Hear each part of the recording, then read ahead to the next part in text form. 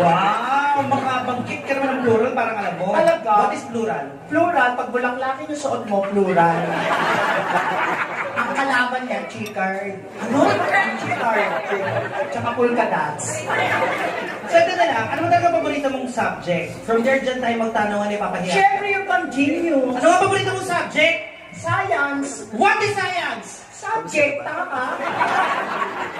Ikaw pala bobo eh. Tanga. Pag sinabing what is science, it means Science the is meaning this. or the definition of science. Siyempre, nakalimutan ko na yan. Ang tagal-tagal na yan, tsaka mga bata pa tayo nang kalimutan mo na rin. Move on, girl.